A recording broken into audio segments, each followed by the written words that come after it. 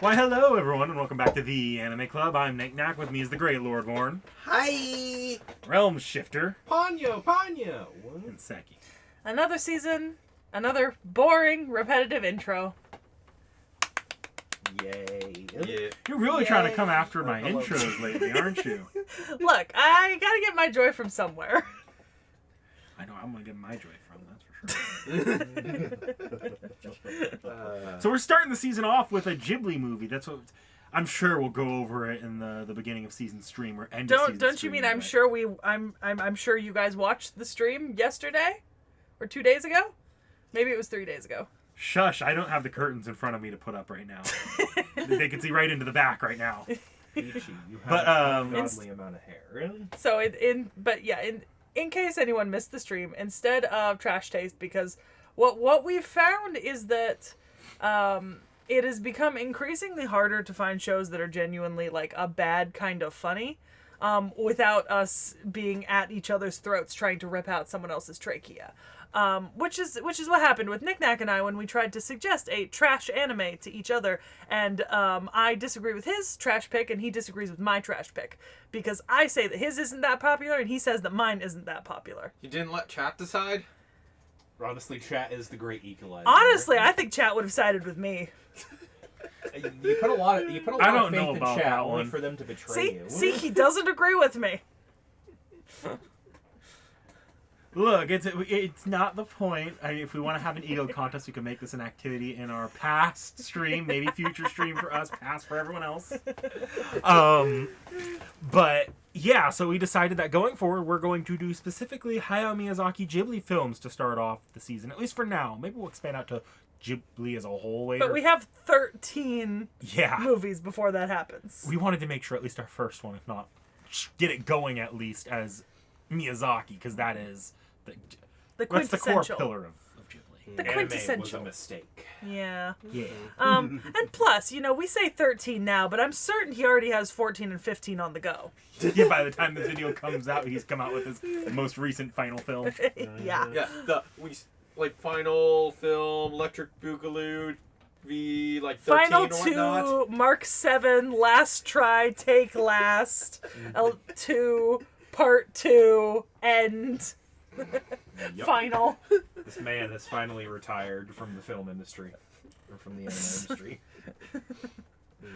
But yeah, so we randomly drew, and we pulled Ponyo as our first movie. Ponyo, Ponyo, Ponyo. Ponyo, Ponyo, fishy living in the sea. Ponyo, Ponyo, Ponyo, fishy little girl. That song is surprisingly catchy. It was really funny too, because so obviously songs from the credits, but the song plays once through normally, and then they beat drop and it becomes like a techno dance tune. I didn't You go from you go from Ponyo, Ponyo, Ponyo to Ponyo, Ponyo, Ponyo. Now, I don't know if that was in the original Jap. We watched the dub on this one. Yeah. I don't Mostly know about because the original Japanese version, because this was published by Disney when this one released in English. Yeah. Disney got this. So Disney has distributed most of the Ghibli movies post, I think, 2000. Yeah, I think post 2000 they've distributed most of the Ghibli movies. Maybe a little bit later than 2000. I know they also did the redistribution on Nausicaa after the original weird butchering thing with Nausicaa. Because Nausicaa was the first film that is now accredited to Studio Ghibli. But when Nausicaa was originally brought over to the Western world, the studio, the company that did it, changed the story. In the English. What? Yeah, they completely rewrote the story partially. And so Nausicaa was a different movie in English than it was in Japanese. And I think Disney did the remake that was a faithful translation. Yeah, I think Disney partnered with Ghibli at least until Arrietty. It was either Ghibli didn't like something Disney did with Arrietty, or Disney didn't like Arrietty underperforming, somewhere along those lines. Because Arrietty is a Disney property. Yeah. Because Arrietty is based on the old Disney movies, The Borrowers. And that was 2014, I think. So I don't know what's happened post Arrietty, but between I think the early 2000s and Arrietty coming out, Disney was the main distributor for Ghibli movies and the main dubber. Mm-hmm. Yeah. Mm-hmm. Which means that you get a lot of like really big names dubbing in the Ghibli movies, Right. which is I think really funny. Yeah. Actually, let me see if there's anything fun in the Ponyo dub listing. Yeah. Oh, I can already see interesting. All right. Matt Damon, Kate Blanchett, and Liam Neeson voiced in this, and so did Betty White. Wow. Betty White era. Tina Fey too. Dang. So Betty White was Yoshi. Okay. Liam Neeson was Fujimoto. Kate Blanchett was Grandmamare. And then Matt Damon was Koichi. That's funny. And Tina Fey was Lisa. Wow. Also, Frankie Jonas, the Jonas Brothers' younger brother, is Sosuke. Oh. I mean, that makes sense. Noah Cyrus? I want to say Noah Cyrus. Isn't that... Yeah, Noah... Okay. Noah Cyrus is Miley Cyrus's younger sister. Yes. And she voiced Ponyo. Oh. Okay. So, I mean, the cast is literally all humongous names. Oh, yeah. That's what all of the Disney dubs are for these. Mm-hmm. Yeah. They don't dub them anymore, though. No. So. But, for the time that they did, This was a humongous cast right here. absolutely wild. Absolutely fucking wild.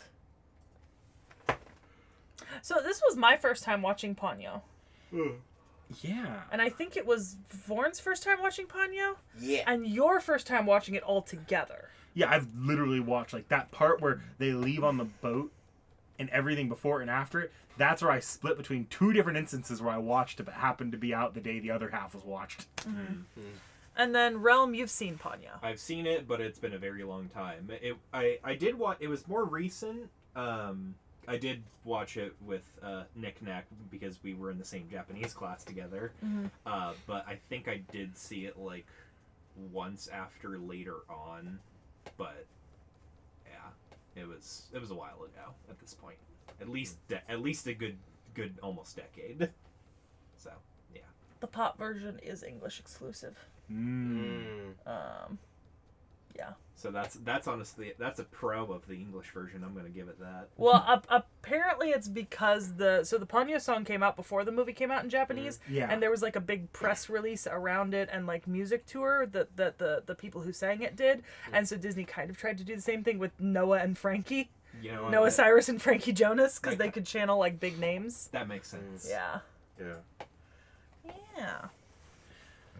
So, I'm sure Seki has plenty to say on this part, but Ponyo is very obviously inspired by the Hans Christian Andersen version of The Little Mermaid. Yeah, it is. And the Hans Christian Andersen version of The Little Mermaid, or just traditional versions of The Little Mermaid, are a lot more brutal than the version that we have today, right?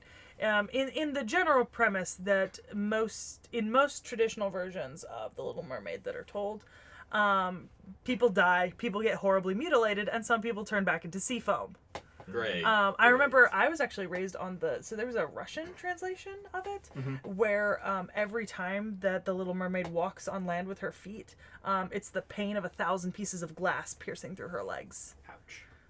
That she just lives with because she loves him so much, and then he falls in love with another woman, and she literally has to kill herself and become sea foam to return to the sea. Now, obviously, anyone that's even seen an inch of Ponyo knows we are not going the brutalist direction with this. No. We are going even more family friendly than even the Disney version was. Yeah, but there is the direct reference to the fact that if he does not love her, she will turn into sea foam, right? Yeah. And essentially cease to exist. And you have to remember that, like, and this is a part of the Hans Christian Andersen one that I think a lot of people don't realize because it's not brought forward into other translations.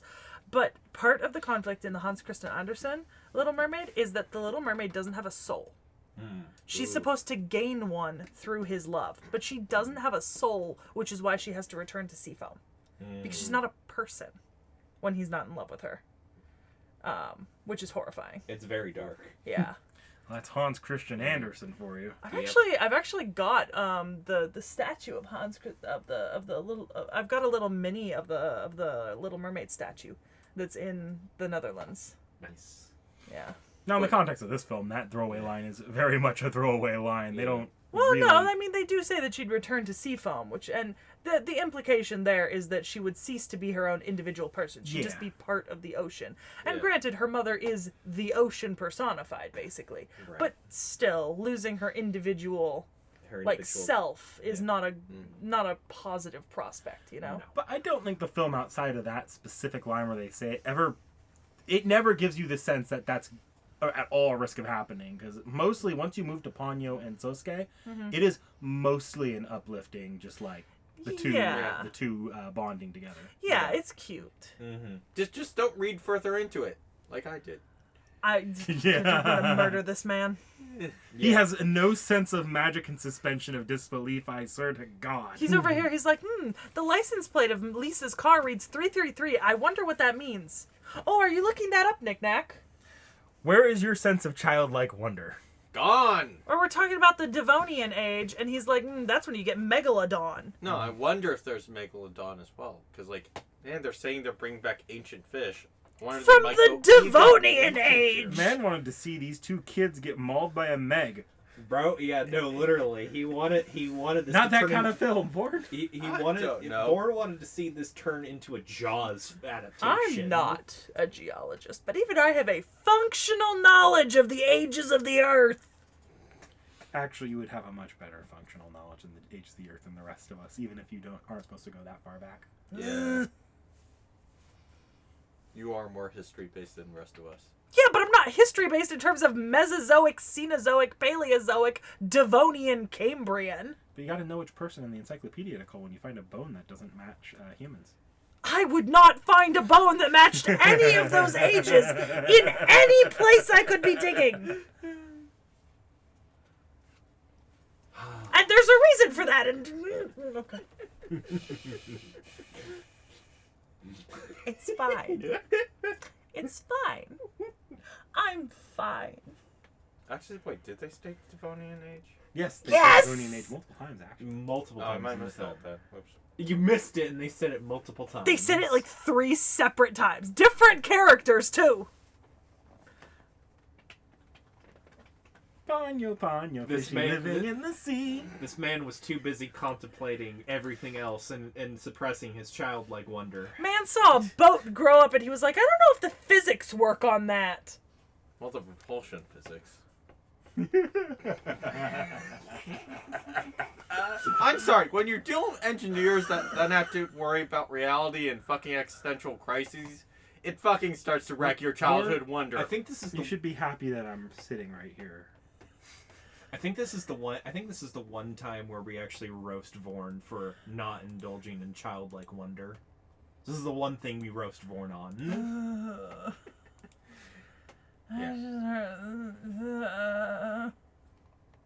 Well, Seki is officially broken. Knick-Knack, you want to step out of the room so that way Seki can lay into him some more? No. It's fine. It's fine. It's totally fine. Is it? It's fine. Well, do we have... so, I mean, other than the big names and voice acting, do we have any other major things? Well, I mean, production notes don't really factor here because it's Studio Ghibli, and the movies from the early 2000s. And this is a movie studio, right? We're not talking about an animation studio, like an anime studio. This is a movie studio. These movies, there's a lot of money put behind these movies to make sure that they look really good for cinema and theater. And they do. They look fucking fantastic. We're watching it. I'm like, man, this scene would look really good on a theater screen. And alas, I do not have a theater screen. But I mean, to put it into perspective, this movie cost $34 million to make USD, and it made $205 million. So it did 6 times its budget. And this was also during the 2008 recession. Yeah, because this came out in 2008. So this did massive numbers. I mean, especially for the recession. I'm trying to think back to movies around that time, and if they used more pastel colors, they used more neon colors. Well, Ghibli in general sticks closer to pastels than neons. Mm-hmm. They have a softer color palette across all their movies. Because you've seen multiple Studio Ghibli movies. Speaking of No, Ghibli, I did you haven't. hear- I've just seen the ones with you guys. You've seen Howl's Moving Castle. Yeah. You've seen Spirited Away. When? I know you've seen Spirited Away. Not He wasn't unless there it for was the with channel you guys. So unless you went with it in a Ghibli movie fest. Well, have you really not seen anything except for now Ponyo and Howl's Moving Castle? Mm-hmm. I find that hard to believe that you've not seen any other Ghibli movies. I don't. You didn't take a Japanese class. If you didn't grow up on the Ghibli films, we Yeah, would've but been I more didn't likely grow to up on the watch them. Ghibli films, and I didn't take a Japanese class. Look, I didn't see them before taking a Japanese I was also class, just so. not a big movie person. Yeah, but I didn't see them as a kid. I don't know. As an adult, you see what you see. You've missed plenty of classics. He's missed plenty of classics. I've missed plenty of classics. Fair. All right. Well, then You're uncultured. You're uncultured. You're uncultured. I'm uncultured. Swines! The lot of you. Then I suppose for Vorn, this is his first Studio Ghibli movie that the story and concept were also written in house, because Howl's Moving Castle is based on a book series by a British author, Diana Wynne Jones. It's an award-winning novel of postmodern literature, but that means that technically Ponyo is the first Ghibli movie not based on some other specific property that Vorn's ever seen. Mostly, yeah. Because I wouldn't count Little Mermaid. Yeah. That's too... It's so far from the source material. Yeah, that's too vague. Because you could say that about a lot of stories. Like, trace them back to, this has, elements of this old story. But I mean, based on a book. Because, Arrietty's based on previous movies, Howl's Moving Castle's based on something else. And a couple of the other Ghibli movies are directly based on either a manga or some other sort of book. But this is one of the ones that isn't. Mm-hmm. Which is pretty cool. So, I mean, Random tidbit. Wouldn't these be better if they were refrigerated? Oh, I used them to hold my capture card in place. Okay. Never mind. Okay. They do serve a purpose. All right. Fair enough. Have a nice day. I will leave them there. One of my friends mentioned to me that someday I might take that camera on a walkabout and show our subscribers the absolute hell that is this room in its full glory. But I like to kind of leave all of that a mystery. Oh, the doom piles. Oh, the doom piles. Anyways, Ponyo. Ponyo. Yeah. Fishy living in the sea. Fishy living in the sea. A little girl with a round tummy. But yeah, so the Ghibli movies do traditionally stick to pastels and normal colors. They don't usually go into neons. And if they do, it's specifically in the form of light shows. Where they most often use neons is to depict lighting, either at night or on its own. So speaking of the Ghibli coloring schemes, did you hear about how Ghibli may have destroyed AI image generation? No. There was a trend a while back. It was a stupid trend. Where everyone was like, this, but Ghibli is the same thing as the Pixar trend. I've seen it, yeah. But because of that, ever since that trend, because it was so active, anytime someone tries to generate an image, it has a really weird, weird color filter over it now, and everyone's like, wow, Ghibli has completely ruined AI image generation. Hayao Miyazaki would be proud. He would. Absolutely would. So yeah, it tends towards softer tones in general on the palette, and then I've also noticed just in general, Ghibli movies, especially the ones that Hayao Miyazaki does, have a tendency to skew blue-green in terms of predominant colors. Right? There's always a lot of blues and greens over pretty much any other color. And often other colors are used to pop against a blue and green background. And then as for sort of the animation style, I mean, the way that the faces looked and everything and the way that people look, that is quintessential. Almost every single Ghibli movie that we are scheduled to watch at any point will look like that. There's only a couple exceptions, Kaguya, yeah. Okay. And maybe one other. But Kaguya is notable for having a distinctly unique art style from the rest of the Ghibli movies. Whereas the rest of them look essentially exactly like this. I mean, Realm mentioned it, and you probably would have noticed the similarity if you'd paid attention enough, but one of the older women, Toki, she was wearing the same dress in the same color as Sophie wears. Yeah. That happens a lot in Ghibli movies. So there's a lot of where you can see the same character design being used across multiple films. Because also, I think not Toki, but one of the other older women was almost an identical copy of the Witch of the Wastes when she's older. Yeah. The younger facial designs didn't translate that well to me from Howl's Moving Castle, but the older ones they at least did a little bit. But yeah.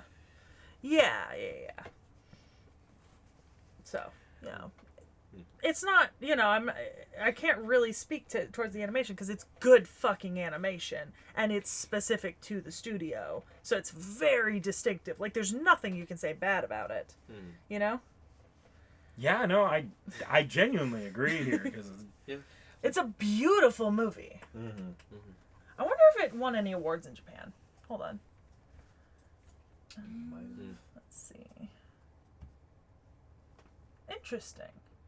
It won 5 awards in 2009 at the Tokyo Anime Awards, including Anime of the Year, Best Domestic Feature, and some Best Director and Original Story. It won Animation of the Year and Outstanding Achievement in Music at the 32nd Japan Academy Prize, and it got special mention at the Bologna Future Film Festival for high artistic and expressive quality of animation able to give form to wonderful imagination of the worldwide cinema master. And it was also an entrant in the Venice International Film Festival. So it has won some awards. basically everyone agreed the animation on here is stunning. Yeah. It's very nice. I did like that part of it. So yeah. I might have wanted a bit more in sound design because like there were some things like probably I just wasn't paying attention that well enough, like when the generator came on. Yeah, I know. You pulled your phone out at one point and you were playing on it. Yeah. Generator came on during the, at the elder's house, and like, I didn't notice at all. It's like, wait, wasn't the lights out? And then like lights are on, it's like, wait, what? Yeah. He did in the middle of watching it. Just Dad go, oh, the power's back on. And I was like, yeah, it turned on a minute ago. And he was like, I didn't notice. I was like, yeah. Goodness. As someone who put my phone down and let it die during the movie. Literally. Okay, let's get into. I'm gonna enter party pooper knick-knack mode. Oh no. I thought the story itself was maybe. It's a little too, like I don't want to say too simple, but the conflict feels like it kind of comes. It ceases to be about halfway through. Well, let me come at you with the creation of this movie. This movie was designed after Howl's Moving Castle had come out and all of its popularity, but with the specific goal of making a more childlike and simplistic movie than Howl's Moving Castle. So, Yeah, I think that was intentional. Probably This movie is explicitly for kids. Yes. And kids specifically in a way that a lot of other Ghibli movies aren't limited to. Well, you have Totoro, which is probably You do. about as... Yeah. Yeah. But then I mean, like the general Ghibli movies Yeah. tend to have things that are also geared to an older audience. like Princess Mononoke and The Boy and His Heron. the Boy and His Heron. Kiki's Delivery Service, I think. Even Howl's Moving Castle's got some pretty strong anti-war messages. Yeah. Like explicit. Yeah, very explicit. I just think in this case it maybe went just that little bit too far. Not too far over, but just that little bit too far. I can see what Knick-Knack's talking about here, but I don't think it was that big of a deal personally. I am definitely seeing, like, if you were to look at this kid, you could definitely, like, write off some, like, those, like, weird things. Like, why is Lisa, like, this, like, not going crazy over, like, oh my gosh, my kid's just been left alone with, like, another kid and that kind of stuff. So, yeah, that's, like, my major thinking of it was. I would like to be clear. I didn't need this to turn into Grave of the Fireflies. No, I know exactly what you mean. It was a very simplistic story. I mean, it was literally girl sees boy, or boy sees girl, girl sees boy. You know, that was really it. That was the whole movie. Yeah. And I think if anything, what I can see Miyazaki most in is sort of the attempt to talk about like the balance of the world and like the few mentions of pollution and stuff, but that's so not the purpose of this movie that it almost just feels out of place, even though that's like the easiest identifiable bit that's Miyazaki over just Ghibli in general, is that attempt at incorporating those messages, but then you don't really get the messages aren't really incorporated in a way that makes sense because there's no like solutions being presented here or anything. We just know that humans pollute and this dude is kind of a nutter, but he's trying to fix it. And that's why I feel like the first half it feels more like your typical Miyazaki fare than the second half. Pretty much as soon as the mother gets involved, the story stops playing around, like even hinting at that stuff, making the first half feel just off. Yeah. I mean, I would say as soon as like Ponyo actually got into the magic stuff was the point where it's like kind of gave up on that, at least in my eyes. So Yeah. I don't know. I think it's... Well, it's still a fun film. It's still a very good children's film. Oh, yeah. I'm just throwing out my criticisms where I want to put them. I was engaged. Yeah. I did not feel the need to turn my phone on and go do something else. Yeah. Although I did have the wonderful distraction of telling Vorn to be a child and stop considering the physics of a magical toy boat. Yep. I also partially had that joy of trying to tell Vorn to embrace your inner child for once. I think it needs a hug.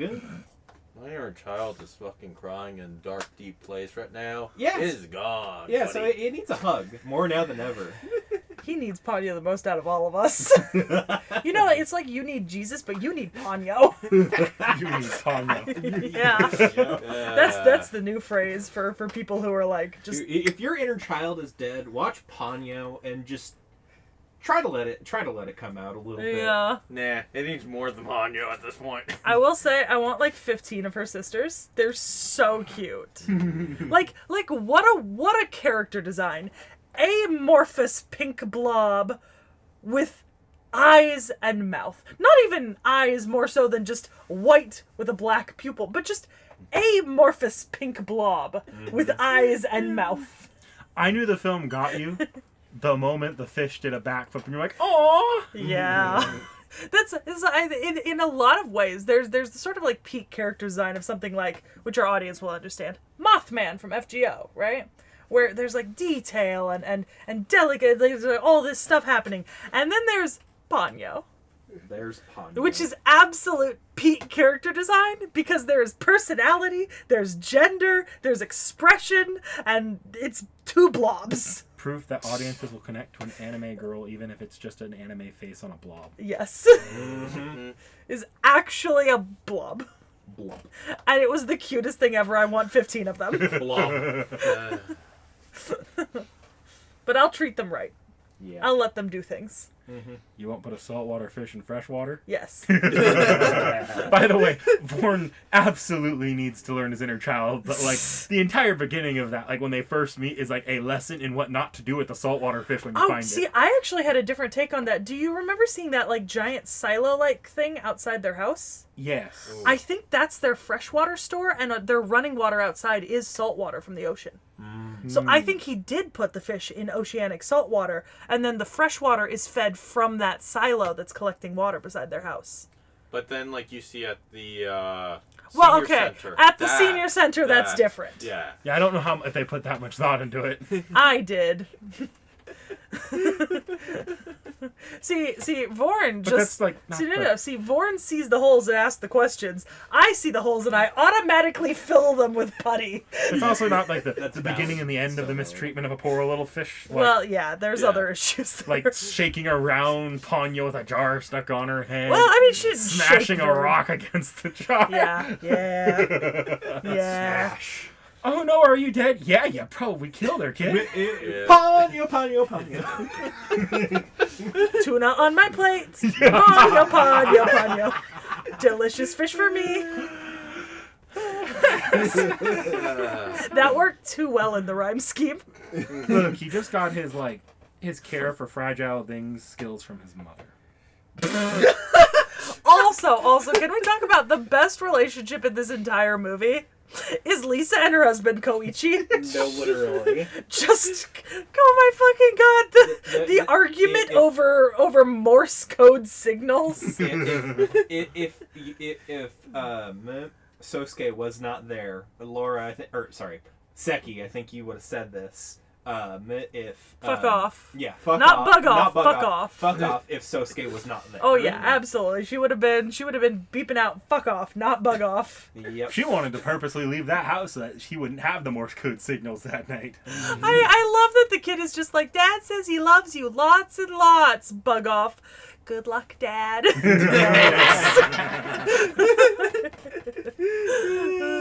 And also, what the crew what did the crewmates say to him? Yeah, Your wife must be mad at you. Your wife must be mad at you. Because his father is like, my son sent the Morse code all on his own. It's Your like, wife ooh. must be mad at you. He even lit the whole boat up like a Christmas tree at one point. Yep. And she still was like, bug off. Great relationship, truly. Oh, yeah. Fantastic. 10 out of 10. Ooh, I did say I would like to actually see a prequel with Ponyo's father and mother and see how that actually happened. Yeah. It seemed to me like what was going on with Ponyo's father and mother was very much a Davy Jones Calypso thing from the Pirates movies, if you remember that. I think, yeah, well, yeah, it's, she fell in love with him, he fell in love with her, so she showed him a way to live under the sea with her basically forever, but she's out in the sea, so she only comes every so often. And he now can't leave the sea. Yeah, yeah, otherwise he'll lose his ability to live for as long as she's allowing him to. Mm-hmm. Yeah.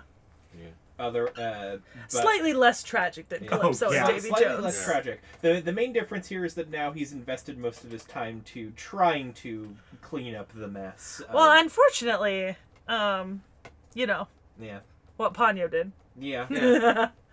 Set him back a couple hundred years. It's fine. Yeah, it's fine.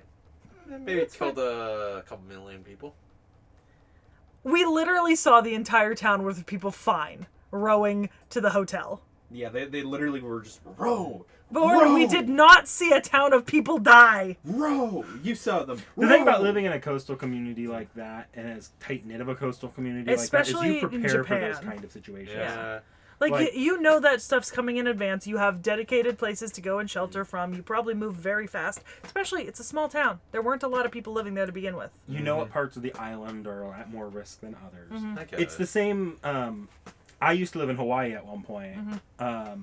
My mother recently visited Hawaii with someone who did not live in Hawaii. Mm-hmm. And they were there when the most recent tsunami was happening. Mm-hmm. My mother immediately knew, this part of the island's safe. We just need to fill the bathtub with fresh water in case we lose our water for a bit. We're fine here.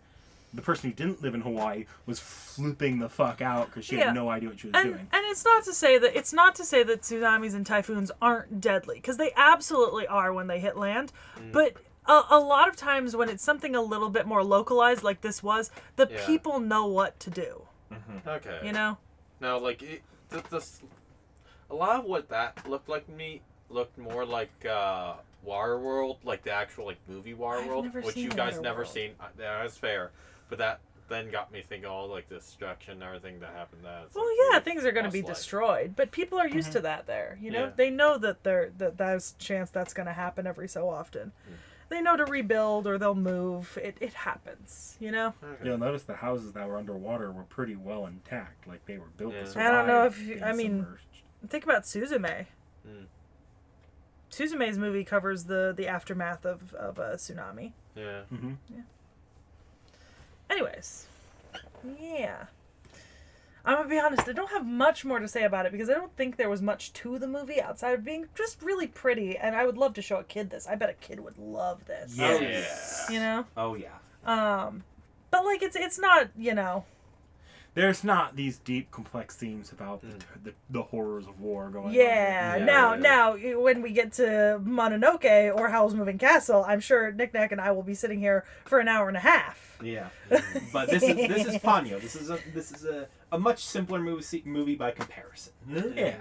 Because my brother in Christ, the level that I am prepared for Howl's Moving Castle. Favorite characters though. I don't think it's the waifu isn't really fair here, but I think favorite characters definitely works. Yeah. So I won't chant it out, but let's start with Vorn. The goddess of the sea. I can't remember her exact name. Mar. Like they it's in. It was in Grandma the Mare. subtitle. Yeah. Yeah. Grandma Mar. Yeah. Yeah. I think I actually like the father the most out of the characters, even though we don't get to see much of him. He just Koichi? father? yeah, Or... you or no, not yeah, the Koichi. yeah, Ponyo's father. Yeah. Okay. Ponyo's Oh, Fujimoto. Yeah, Fujimoto. Okay. Yeah. He was a little wild. Yeah. I really like Sasuke's mother. She's a very entertaining character Lisa? whenever she's on Yeah. screen. Mhm, Yeah. Also, worst driver. Oh my driver. god. No. Best driver drifting up a mountain. She's driving. She's not on screen much, but every time she is, you're like, yeah, that is a very believable young parent. Yeah. That these are the things a young parent would do. Mm-hmm. I like Toki. Valid. Toki was really funny throughout the, we only saw her like 3 scenes, but everyone Yeah. was fantastic. Valid. Fishes with faces bring tsunami. How many fishes with faces have you seen, woman? But also, there's a story there because she's seen a fish with a face Yeah. bring a tsunami, which makes me wonder. So some of the stuff that was used to make Fujimoto's like underwater house was labeled with numbers from like the 1800s to the 1900s, right? And if he used those pieces like as scrap that he found on the sea floor, then it has to be post 1907, right? Yeah. When he started living down there, and knowing how old Toki is, right? If we assume that she's in like her 70s or 80s, right? Because she's in an old folks home. Let's think back. It could be that maybe Fujimoto brought a fish from the sea with a face and a tsunami with it, and she remembers it from when she was young. Possibly. Yeah. Maybe that happened in her lifetime. Possibly. Ooh. Possibly. That was what was going through my Also head when keep she in mind, said it. this is very clearly not the modern day. No, I This think is this probably is. in the 70s, 80s at latest. I don't necessarily think so. I think in a lot of places Well, I mean, most Well, of the things ships there's the don't cars. There. usually have the lanterns anymore, so. Well, no, Yeah. they still do in some places. Oh, okay. Yeah, I wonder if anyone's established like a Ponyo setting.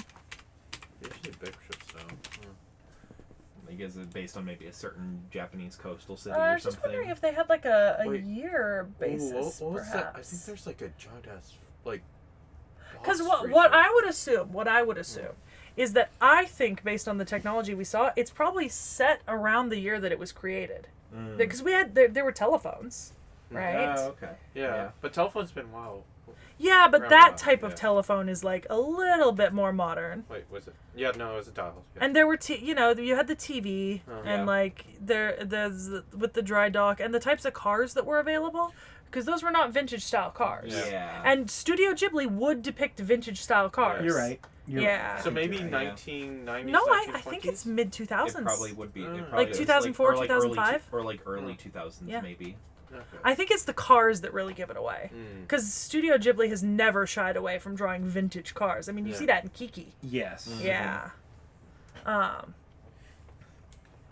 So, Yeah. You see it in Boy and His Heron. Yeah, that too. So, like, in theory, it makes like if we were to follow that, like maybe what Toki experienced was maybe Fujimoto meeting Grandma Mare, right? Because he's not dressed in ancient clothing. Yeah.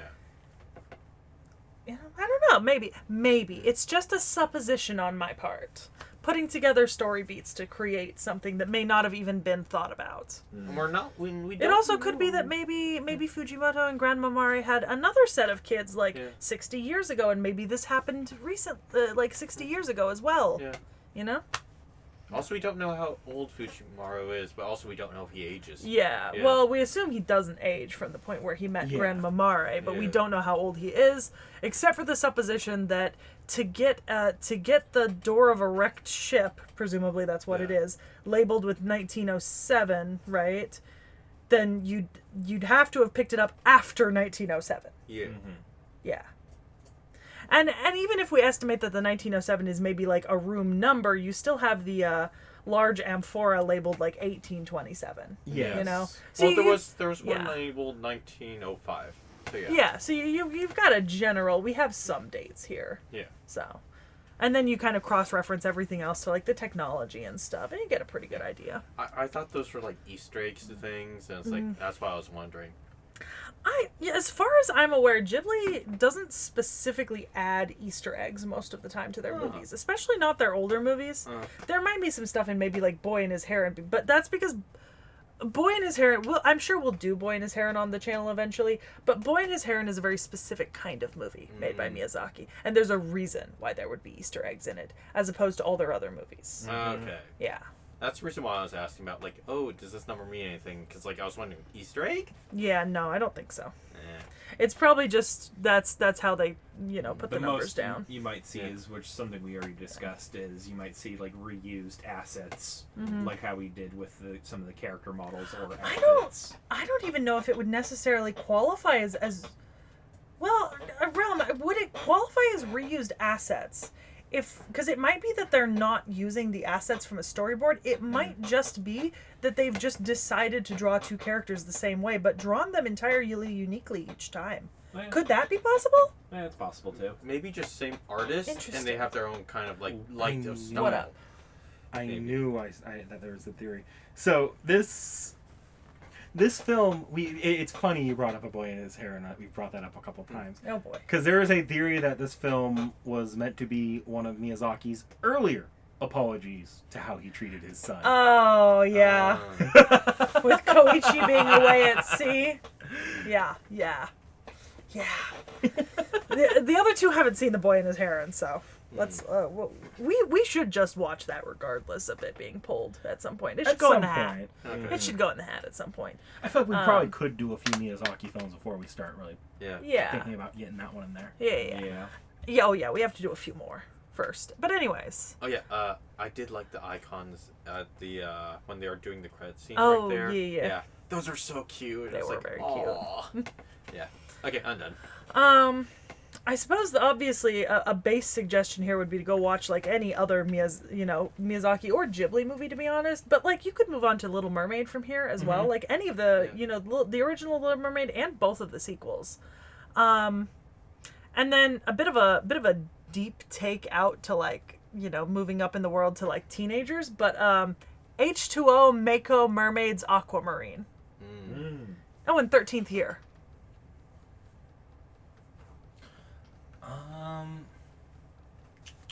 Do I have any recommendations? I mean, obviously, I'm sure there's something Tightwind I can recommend. I don't know. Do you have a fish character anywhere? FGO. Yeah, but who's the fish? Not someone you've seen. Rude. Oh. Oh no. Kiara's summer form is technically the Little Mermaid. Fuck Kiara. Fuck Kiara. Hans Christian Andersen is an FGO. Fuck Kiara. Oh goodness. Obligatory Fate plug. Not a good one this time though. No, not at all. Fate Requiem. In Fate Requiem, the entire world is flooded. I got nothing, really. I got nothing. What would be a good one? I mean, I guess you could go watch, like, Pixar movies. It's not really anime, but it's a recommendation. Yeah, but like what Pixar movies? It's like Toy Story. You can go watch Toy Story. I did say Nemo, like, at the start of the movie, but then, like, it really didn't go Nemo at all. Somewhere beyond the sea, somewhere waiting for me. Sorry, I had to. What the fuck was that? Nemo. I've never seen Nemo. You haven't seen a lot of Pixar films. Yeah. No, pretty much just Nemo. Have you seen The Incredibles? Yeah. I love The Incredibles. Yeah. I'm not a huge fan. Fuck you. Well, I guess I get to draw which one of us gets to go first. Okay. Now random's here as well, so I gotta draw on a random number generator. So let's go in order of our age. Okay. We'll go 1, 2, 3, 4. Rando is 5. Okay. Yep. 2. It's you.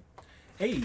So we're gonna watch the first season of Fate Khalid Liner Prisma Ilia. Yay! Becky's been asking for this one since we read the manga. Cuteness! I'm actually so excited for this. Yeah. Fate, Colored Liner, Prisma, Ilya, Season 1. Now, you've read the manga. Do we want to show them a trailer? Oh, we can. I think I'm the only one who like is going in completely blind to the Prisma Ilya. Oh, cuteness. Fate, Colored Liner, Prisma, Ilya, Season 1. Yeah. Cool. It's magical girls. And Yeah. and Fate. Yeah. And magical fate girls. I'm not wrong. No, you're not. Yeah. But yeah, so we'll watch that next time, and we'll see you guys next time. Yep. Yeah. Have a great one, guys. Try harder, everyone.